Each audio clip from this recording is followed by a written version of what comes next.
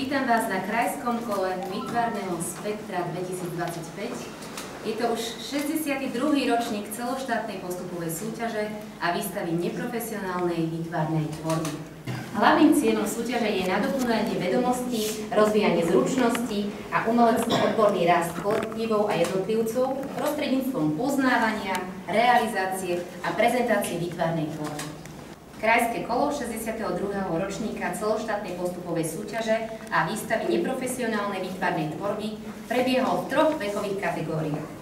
Prvá kategória bola od 15 do 25 rokov, druhá boli to autori nad 25 rokov a tretia kategória bola bez rozlíšenia veku. V tomto momente by som poprosila o príhovor pána zástupcu primátora, pána Pavla Holešťaka, ktorý nám povie pár slov. Nech sa páči. Milí priatelia, obdivovateľia dobrého, kvalitného výtvarného umenia, som rád, že sme sa opäť stretli v hojnom počte v našich priestoroch Mestskej galérie Čaca.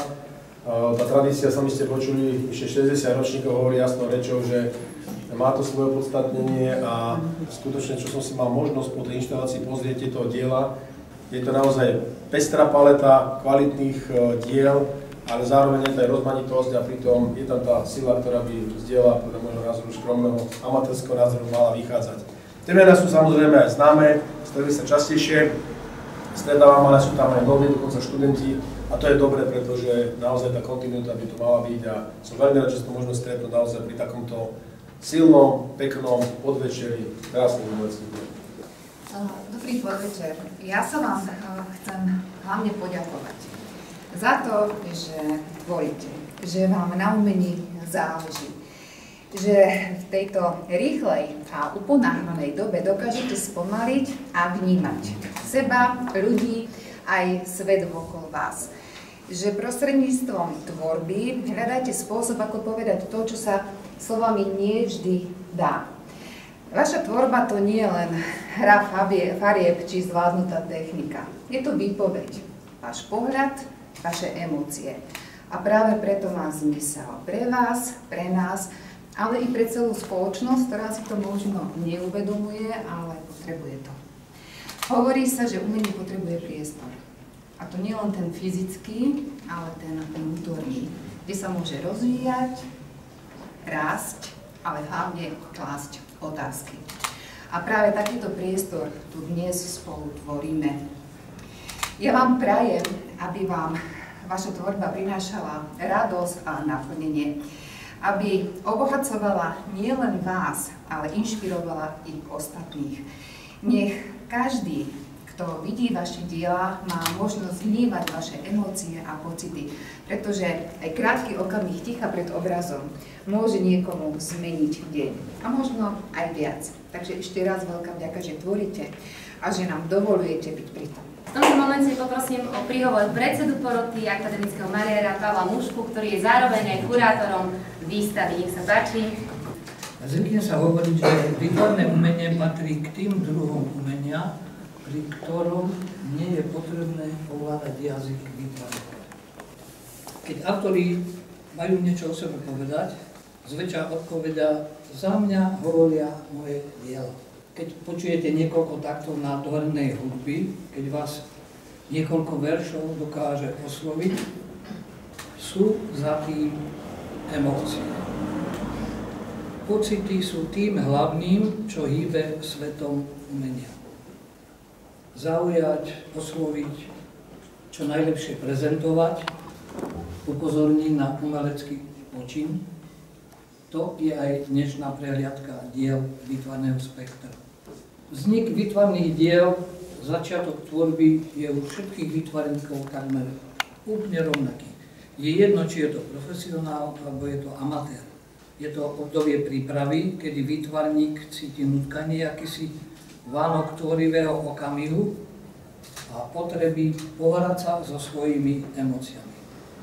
Zväčšia to prebieha v prostredí, kde má autor v blízkosti svoje diela, má ich tam pre kontrolu, inšpiráciu, ako mantinel, aby vedľa nevykročil, alebo hranicu, ktorú by nemal podliesť. Po tejto fáze nastáva najdôležitejšia, tá, o ktorej často hovorím, že je taká, aký sme my sami.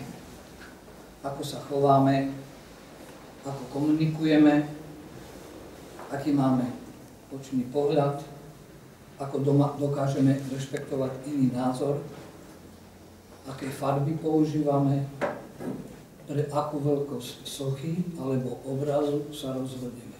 Je to to, čo nás robí rozdielnymi, je to to, v čom sa odlišujú aj naše diela a robia ich originálne. Samotný okamih tvorby, okrem vrodenej dispozície, talentu, vo veľkej miere ovplyvňuje záujem výtvarníka o hĺbšie poznanie nielen vývoja výtvarného umenia, ale aj samotných výtvarných techník. Práve výtvarné techniky, výber najhodnejšej výtvarnej techniky, prispieva k evidovaniu individuality a nám, ako divákom, pomáhajú rozoznať, vycítiť, či rozdielnosť a odlišnosť sú programom autora, teda zámerom, alebo náhodou, alebo výsledkom nechcenej aplikácie vizuálnej pamäti, variabilného posolstva, alebo len výsledkom zručnosti a šikovnosti. Tu v tejto fáze kvality tvorby táto tvorba závisí od psychického rozpoloženia výtvarníka. Chuť tvoriť, mať radosť z tvorby pri aplikovaní nekonečných variant, kompozícií, variantov rôznych farebností je len málo rozdielna od skutočného tvorivého nasadenia a nadšenia. To si musí uvedomovať každý výtvarník. Každý výtvarník by si mal dať tú námahu a na základe svojich skúseností a aj poznania by to mal vedieť spozorovať. Byť na chvíľu kritickým porodcom. Pripustiť, že pohyb horných končatín výtvarníka nemusí vždy znamenať tvorbu umeleckého diela. A aj keď sa to na prvý pohľad zdá, aj v našich mysliach, ako dielo šokujúce, prekvapivé, ale takú istú šancu má zostať v našich pamätiach aj diela, ktoré pôsobia ukončenie, ale aj zámerne nedokončené, ako výsledok etapy hľadania, ako výsledok názoru na nejakú udalosť, spomienku na niečo prežité, ako podobnosť so životným príbehom, skúsenosťou, krátkym okamihom. A to sú kritériá k hodnoteniu. Subjektívne, nie vždy s absolútnou zhodou, aj v tomto posudzovaní členov poroty, ale sú. Do takéhoto svetla kladieme diela, ktoré sme sa rozhodli presunúť do národného kola výtvarného spektra. I keď ja si myslím, že by sa názov projektu mal rozšíriť o slovo poloprofesionál.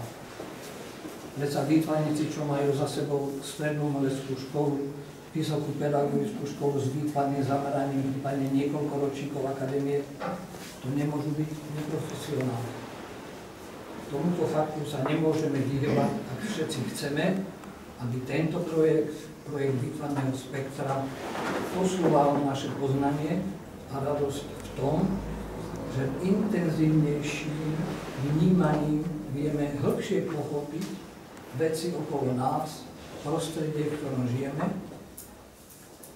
a následne tieto naše emócie prostredníctvom výtvarného umenia tvorivo vyjadriť. Projekt Výtvarné spektrum je projektom poznávacím, tvorivým, vzdelávacím a samotnou výstavou aj prezentačným. Ocenením diel porota naznačuje, ktorým dielam by sa mala venovať zvýšená pozornosť.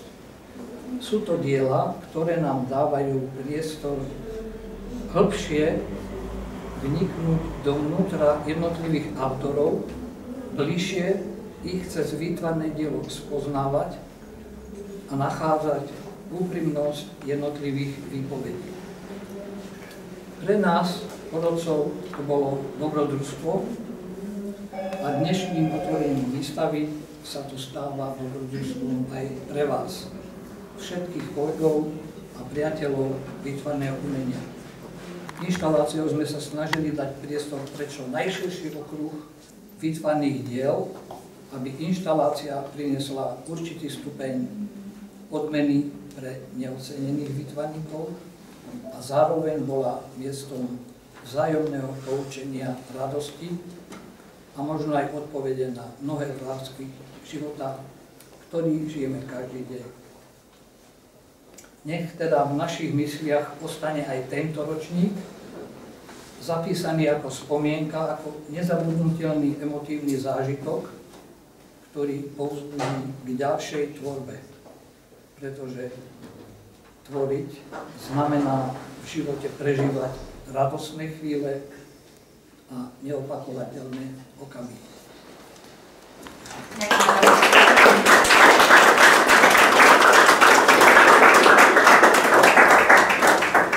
Ďakujeme, pán predseda, za krásne slova.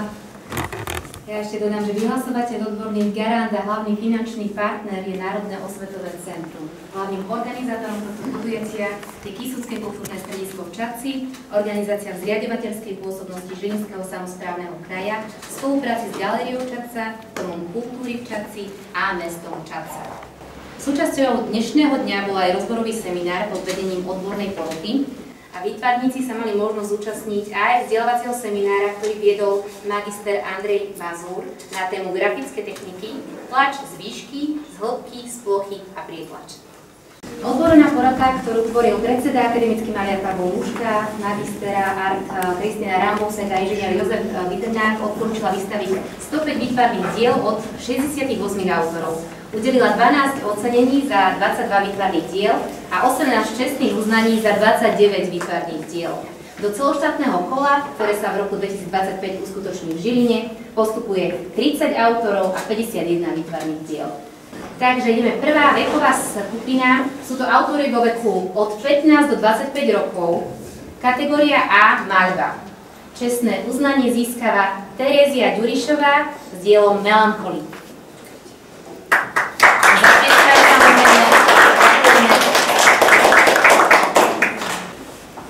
Čestné uznanie získava aj Natália Puškášová s dielom Unik. Gratulujeme. Ocenenie v kategórii A získava Simona Veresová s dielom V metre.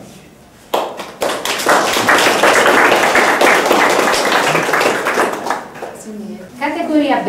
Kresba a grafika. Autori od 15 do 25 rokov. Čestné uznanie získava Sabina Čierna s dielom Valiance.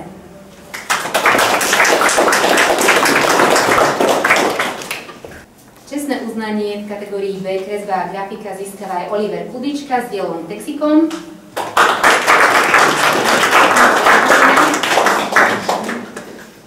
Čestné uznanie získava aj Luisa Baltiová s dielom Obscurum.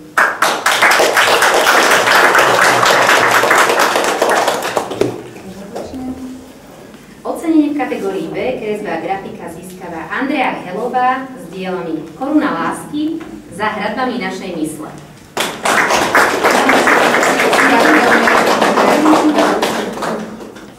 Za kategóriu C, priestorová tvorba, získava čestné uznanie Karolína Kasajová a s dielom Kvapky zo mňa.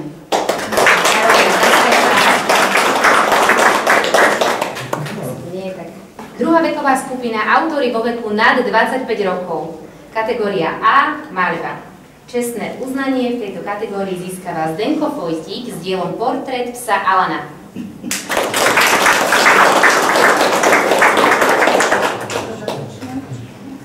Čestné uznanie získava aj Melania Hertelová s dielom Prvé líčenie.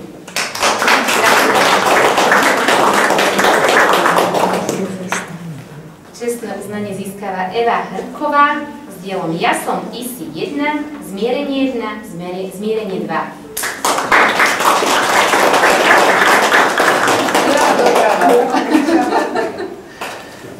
Pozrite sa na mňa. Super. Čestné uznanie v kategórii A maľba získava aj Dušan Chýs s dielom Pouličná kapela, Jarné vody a leso.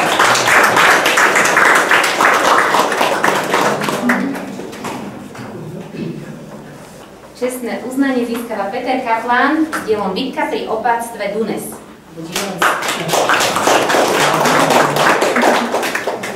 Ideme ďalej, áno. Ďalšie čestné uznanie získava Katarína Koperová s dielami Rozhovor s Kandinským, Pocity 1, Rozhovor s Kandinským, Pocity 2.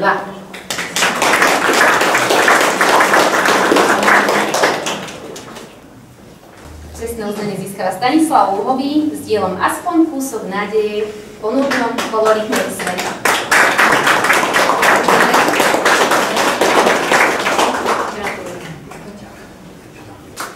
Čestné uznanie získava Peter Súkeník s dielom Portrét 1 v kategórii A maľba. Ocenenie v kategórii A maľba autorov vo veku nad 25 rokov získava Daniel Marček s dielom Rozvášnený kvetovaný kôň.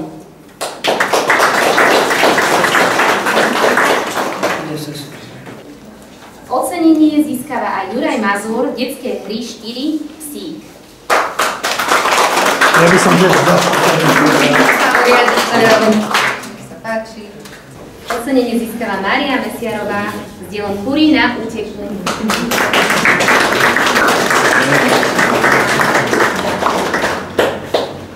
Posledné ocenenie v tejto kategórii, kategória A, maľba, získava Martin František Zaďko s dielom Oči, ktoré sa boja cibule. Holohlavce srdské, nešťastná švábka, babučník.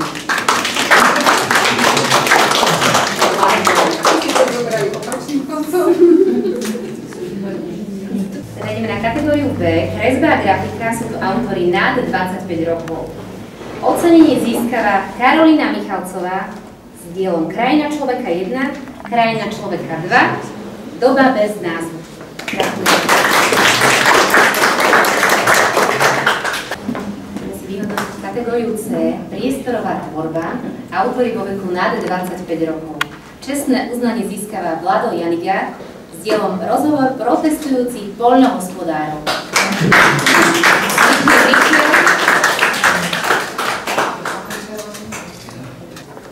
Ocenenie v tejto kategórii získava Jaroslav Feranc s dielom Po špičkách.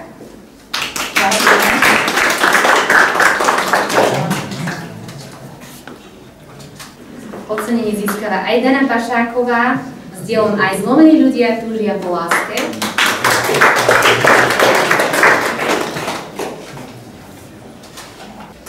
Posledné ocenenie v C kategórii priestorová tvorba získava Edita Sabelová, Keď strom rozpráva.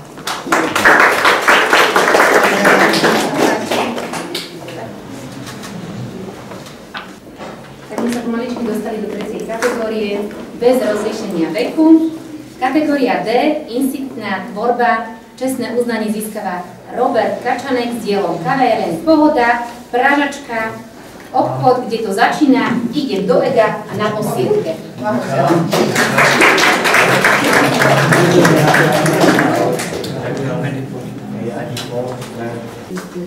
Čestné uznanie získava aj Eva Soukupová s dielami Leto v parku 1, Leto v parku 2, Leto v parku 3. Zastúpenie.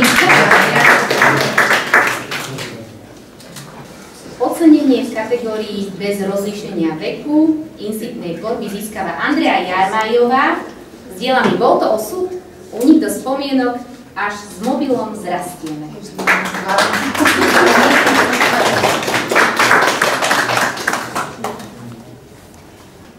Ocenenie v tejto kategórii získava aj Tomáš Mačas, Dvere do Korán, Pohár trpezlivosti, Antúria u starej mamy. To sú jeho diela.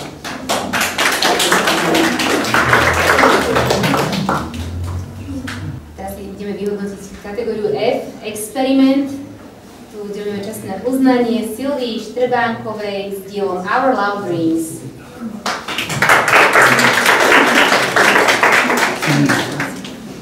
Ja si myslím, že ešte si všetci tí ocenení aj čestné uznania zaslúžia obrovský potlesk od nás všetkých.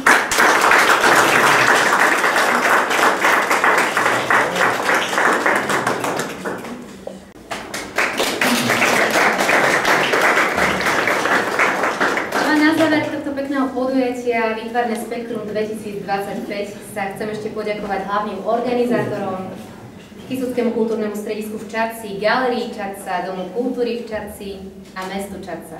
Poďakovanie patrí aj metodikom jednotlivých regionálnych kultúrnych stredisk za spoluprácu a aj úspešnú organizáciu regionálnych kôl. Ďakujem aj pani koordinátorke magistri Ľubici Vigockej z Kysuckého kultúrneho strediska. Môžeme aj zatlieskať. Obrovská vďaka patrí samozrejme všetkým autorom, ktorí tu dnes zanechali časť seba, svojho života, umeleckého nadania a aj vkusu. Všetkým postupujúcim autorom, čestným uznaním a aj cenou samozrejme držíme palce v celoštátnom kole, ktoré sa bude konať v Žiline.